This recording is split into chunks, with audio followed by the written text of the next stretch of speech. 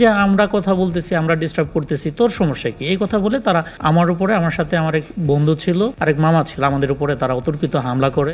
ঢাকার সাভারে ইফটিজিং এর প্রতিবাদ করায় ইন্ডিপেন্ডেন্ট টেলিভিশনের সাংবাদিক রুবেল আহমেদ প্রিন্সের উপর হামলার ঘটনা ঘটেছে। এ সময় তিনি আরও দুজন সহ আহত হন।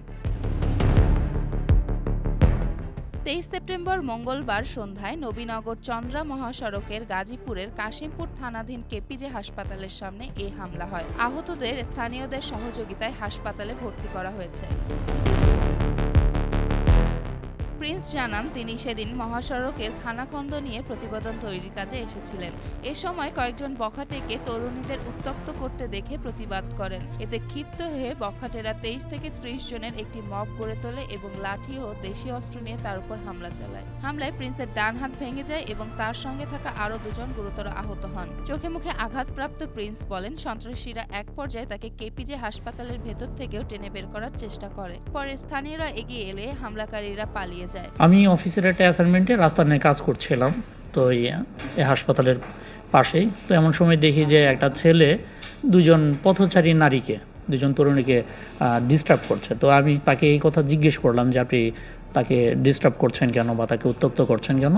এই কথা বলার সাথে সাথে তার সাথে আরও যারা ছিল, যে আমার সাথে ভালো মন্দ কথা না বলেই যে আমরা কথা বলতেছি, আমরা ডিস্টার্ব করতেছি, তোর সমস্যা কি, এই কথা বলে তারা আমার উপরে, আমার সাথে আমার এক বন্ধু ছিল, আরেক মামা ছিল, আমাদের উপরে তারা অতর্কিত হামলা করে, লাঠি সোটা দিয়ে আমাদের উপরে মারধর করে, কিল ঘুষি।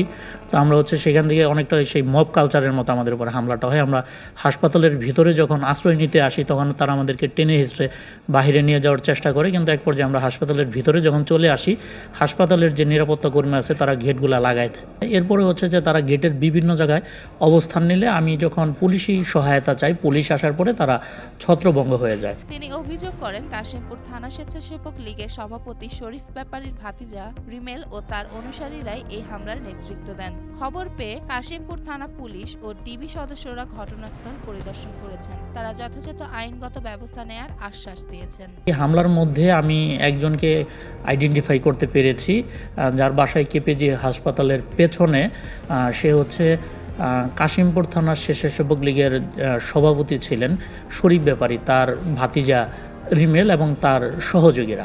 আমি রিমেলকে স্পষ্ট দেখেছি তার নেতৃত্বে লাঠিসোঁটা নিয়ে কমপক্ষে 15 থেকে 20 জন এবং তারও বেশি হতে পারে আমাদের উপরে যে হামলাটা চালিয়েছে। হাসপাতালের সিসিটিভি ফুটেজ আছে, সেটা যদি দেখা যায় তাহলেই প্রমাণ পাওয়া যাবে যে তারা কী ধরনের মব সৃষ্টি করে আমাদেরকে হত্যার চেষ্টা চালিয়েছে। যেমন ফারিয়া, জনকণ্ঠ।